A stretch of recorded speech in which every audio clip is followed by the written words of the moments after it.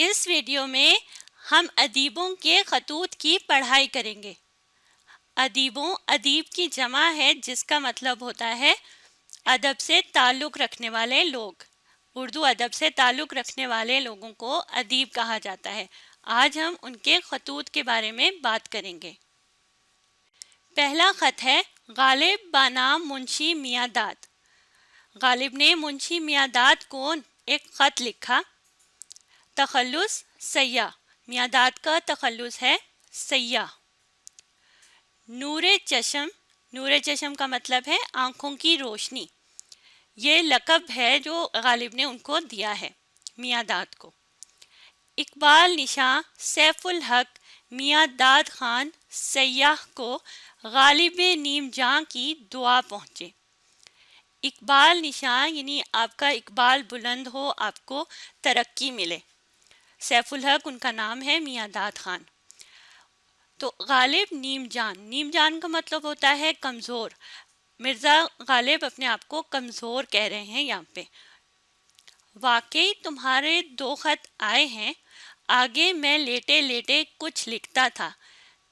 آگے یعنی میں پہلے تو لیٹے لیٹے بھی کچھ لکھ لیتا تھا، اب وہ بھی نہیں ہو سکتا۔ ہاتھ میں رشا کپاہٹ کو کہتے ہیں۔ یہ ایک طرح کی بیماری ہوتی ہے جس میں ہاتھ کانپتے رہتے ہیں۔ آنکھوں میں زوف بصر کا مطلب ہوتا ہے کمزور نظر، یعنی میری آنکھیں اب کمزور ہو گئی ہیں، نظر میرا ساتھ نہیں دیتی۔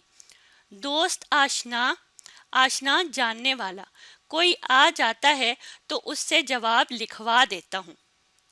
بھائی، میں تو اب کوئی دن کا مہمان ہوں، یعنی کچھ دن کا مہمان ہوں، اور یعنی میں اب مرنے کے قریب ہوں، اور اخبار والے میرا حال کیا جانے، انہیں کیا معلوم کہ میں کس حالت میں ہوں، کس کیفیت سے گزر رہا ہوں۔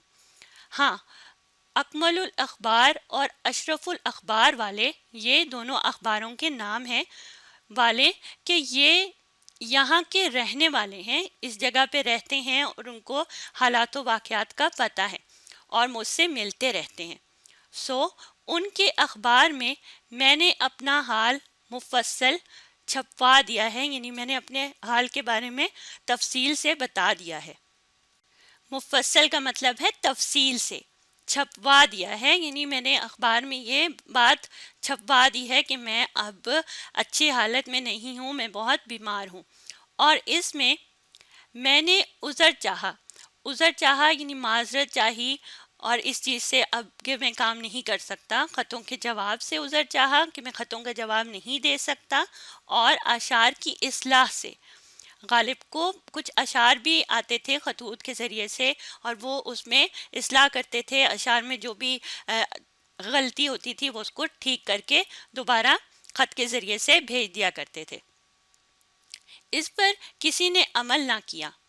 اب تک ہر طرف سے خطوں کے جواب کا تقاضا ہے، یعنی خواہش ہے کہ خطوں کے جواب ہمیں ملیں، اور اشعار واسطے اصلاحوں کے چلے آتے ہیں، یعنی اشعار بھی آتے ہیں خط کے ذریعے سے کہ ان کی اصلاح کر دی جائے۔ اور میں شرمندہ ہوتا ہوں کہ میں یہ کام نہیں کر پا رہا۔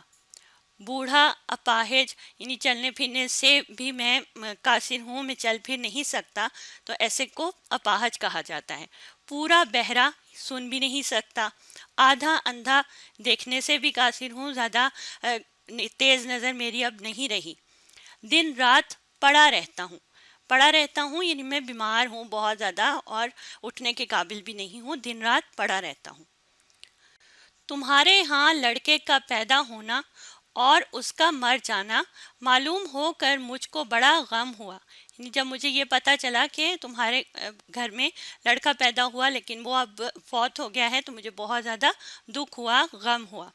بھائی، اس داغ کی حقیقت، داغ غم کے معنوں میں ہے کہ یہ جو داغ ہے یا یہ جو تمہیں غم لگا ہے، اس کی حقیقت مجھ سے پوچھو کہ 74 برس کی عمر میں 7 بچے پیدا ہوئے، لڑکے بھی اور لڑکیاں بھی، اور کسی کی عمر 15 مہینے سے زیادہ نہ ہوئی، یعنی میرے بھی بہت 7 بچے ہوئے ہیں لیکن کوئی بھی زیادہ دیر زندہ نہیں رہ سکا۔